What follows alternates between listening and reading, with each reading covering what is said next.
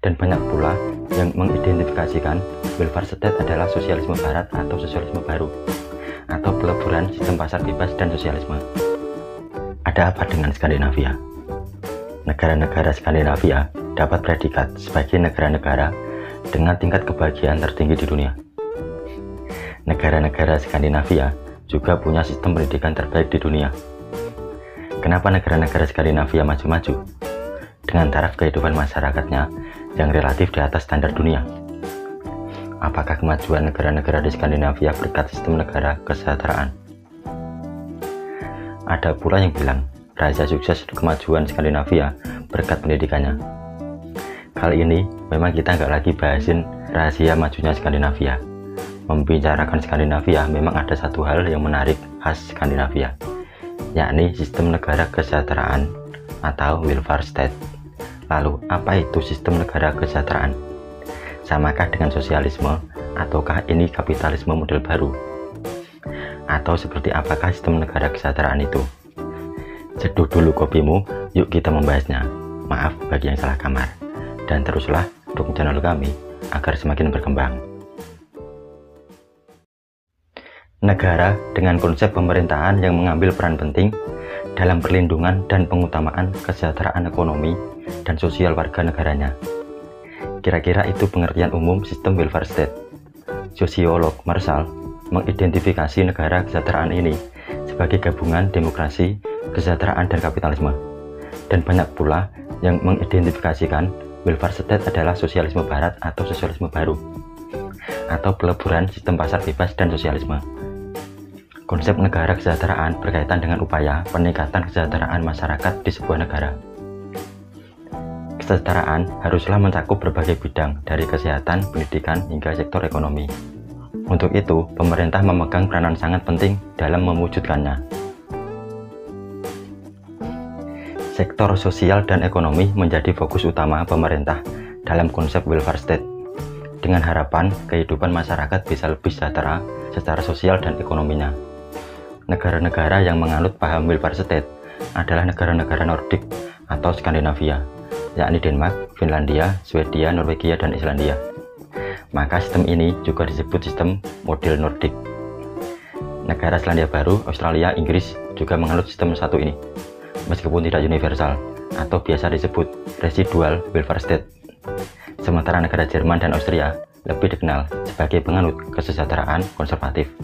Model kesejahteraan ini yakni sistem ekonomi pasar bebas dengan prinsip pembangunan untuk mencapai kesejahteraan sosial.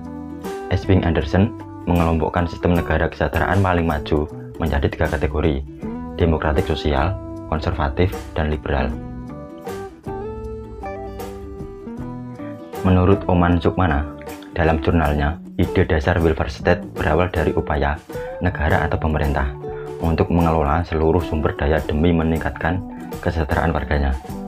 Mengutip tulisan Vanya Karunia di kompas.com, ada 3 prinsip utama welfare state. Pertama, kesejahteraan kesempatan. Warga negara memiliki kesempatan yang sama untuk bisa mengenyam pendidikan dan memperoleh pekerjaan yang layak. Yang kedua, distribusi kekayaan yang merata. Konsep negara kesejahteraan bertujuan menyejahterakan warga negaranya. Contoh programnya ialah pembagian jaminan sosial untuk pengangguran. Dan yang ketiga, tanggung jawab publik. Artinya, masyarakat bertanggung jawab atas hak atau kesejahteraan yang telah didapatkan dan memanfaatkannya dengan baik. Sangat wajar saja pada sistem welfare state ada tuntutan pajak yang sangat tinggi. Pun dengan adanya sistem pajak progresif sehingga yang semakin kaya, semakin besar pula nilai pajak yang harus dibayarkan. Penganut sistem welfare state universal di Skandinavia, lebih dari 60% anggaran belanja negara disalurkan untuk program sosial demi memenuhi kesejahteraan masyarakat. Untuk memenuhi anggaran tersebut, maka pajak ditinggikan karena biaya untuk kesejahteraan masyarakat itu tidak murah. Lalu, apakah pemerintah Jokowi saat ini juga lebih mengarah ke negara kesejahteraan yang terus menaikkan pajak, cukai, hingga tarif dasar listrik, yang dibarengi dengan digenjotnya program sosial, subsidi, dana desa, dan sejenisnya?